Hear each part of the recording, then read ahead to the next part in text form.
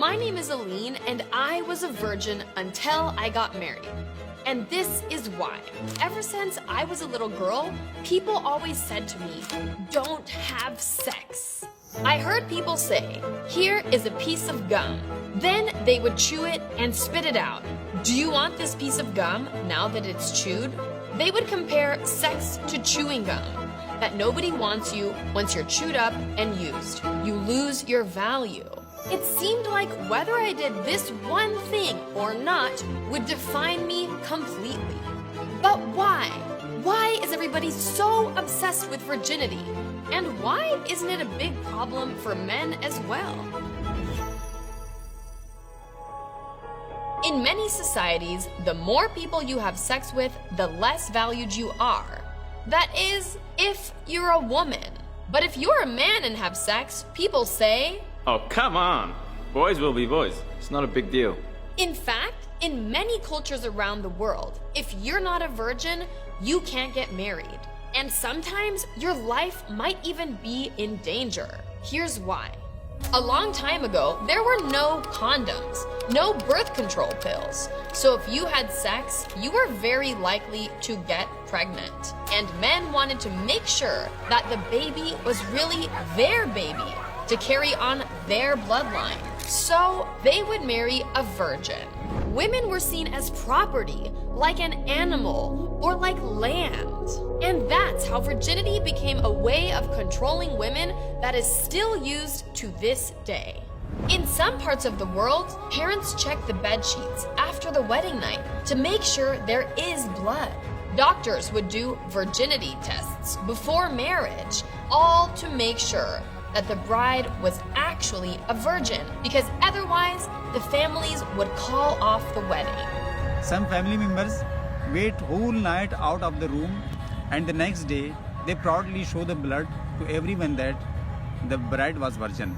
So I grew up in a very conservative religion. I saved myself for marriage, and then guess what?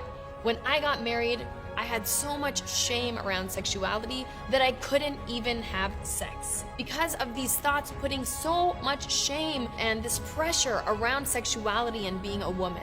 It's getting so crazy that in some cultures, women who have had sex feel forced to get plastic surgery on their private parts to make them look as virgin-like as possible.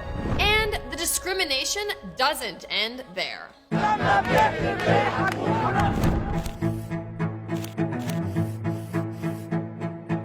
For women who are not virgins in Morocco, it can be very hard to get married. In the island of Kiribati, you could be disowned. And until last year in Indonesia, you could not join the army.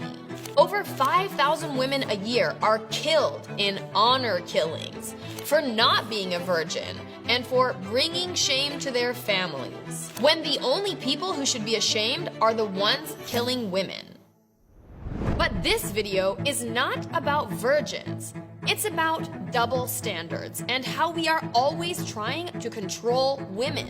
We tell girls to save themselves for marriage, but we encourage guys to do the exact opposite. I want to say here and now that a woman's virginity is not important.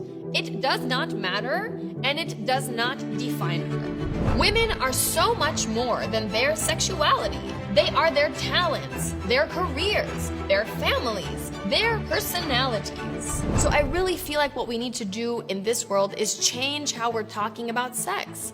I totally think it's okay to not have sex if you don't want to, but what I think is not okay is when other people are forcing these decisions on you, are forcing the shame on you, when it's happening only to women and not to men. That's where the problems really lie. But some countries are taking steps in the right direction. Like in France, India, or Pakistan, where the governments are taking steps to ban virginity tests and are even considering jail time for doctors who do these tests on women. It will take a lot more than a few laws to change how society views women, but we have to start somewhere. My hope is that someday soon, a woman is defined not by her virginity, but by who she is. And that starts with me, and that starts with you.